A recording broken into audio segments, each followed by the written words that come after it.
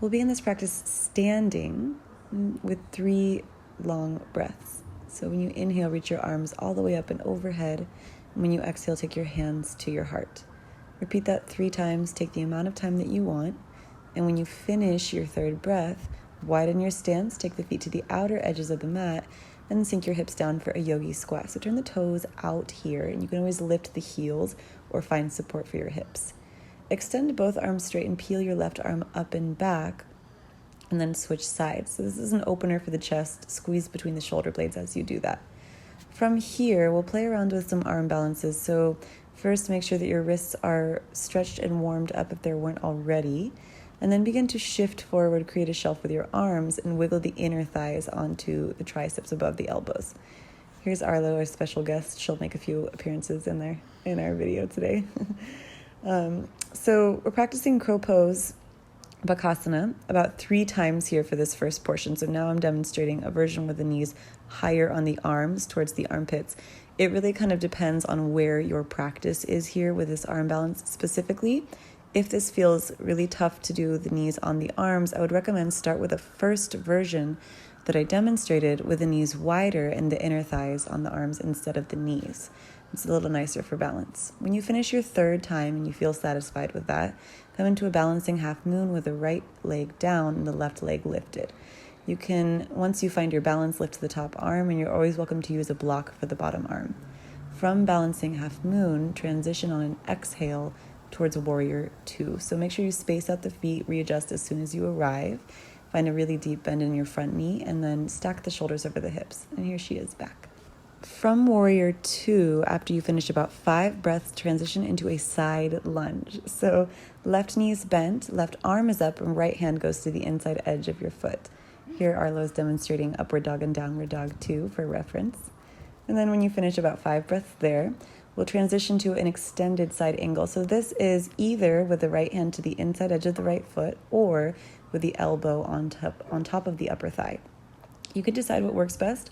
Hold for 5 breaths, and then on an inhale, transition to reverse warrior with the right arm up and the left arm either down the back leg or behind the back as I'm showing here.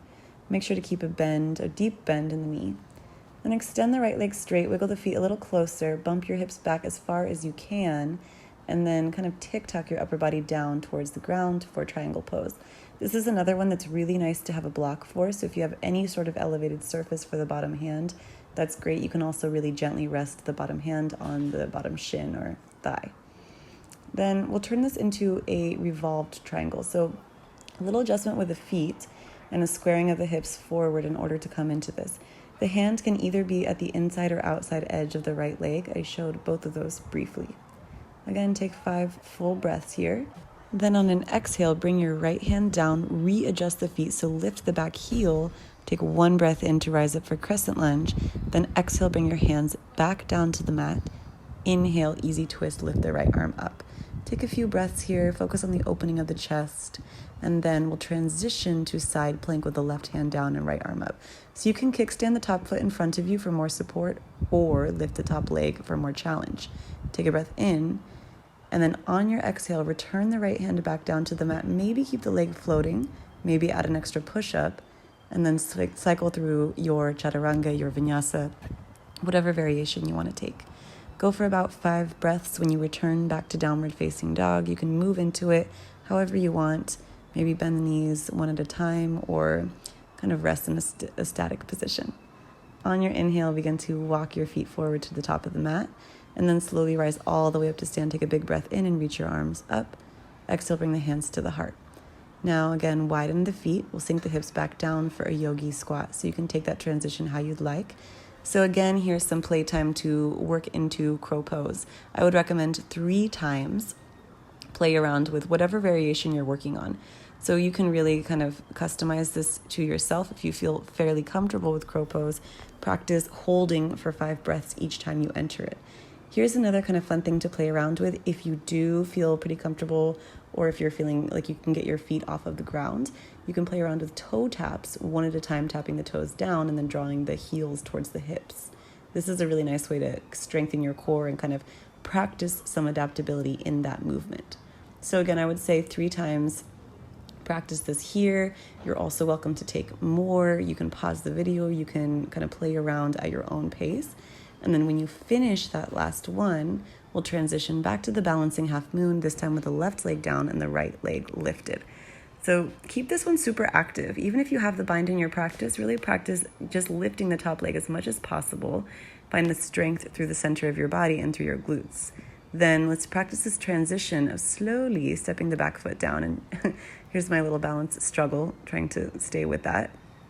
Once you arrive, reset the feet. Make sure there's a deep bend in the front knee. Come into your warrior 2 for about 5 breaths. When you finish your 5th breath, we're going to return back to that side lunge. So first, turn all toes to the long end of the mat, then bend into your right knee. Take the left hand to the inside edge of your right leg and lift your left arm up towards the ceiling or the sky, whatever it is. Then from there, walk the hands back over to the left knee, bend into the left knee, reach your right arm up.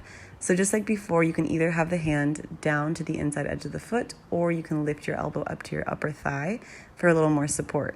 Decide what works best for you. On the inhale, transition to reverse warrior. So here you can see the bind a little bit more. I would recommend to take the bind only if you can really grab hold of the thigh. Otherwise, slide the back hand down the back leg. Walk the feet in, straighten out the front leg, bump the hips back, and then slowly transition to your triangle pose. So this one, you can determine where you'd like to place the bottom hand. Take 5 full breaths, and make sure to have at least a small bend in your left knee for support.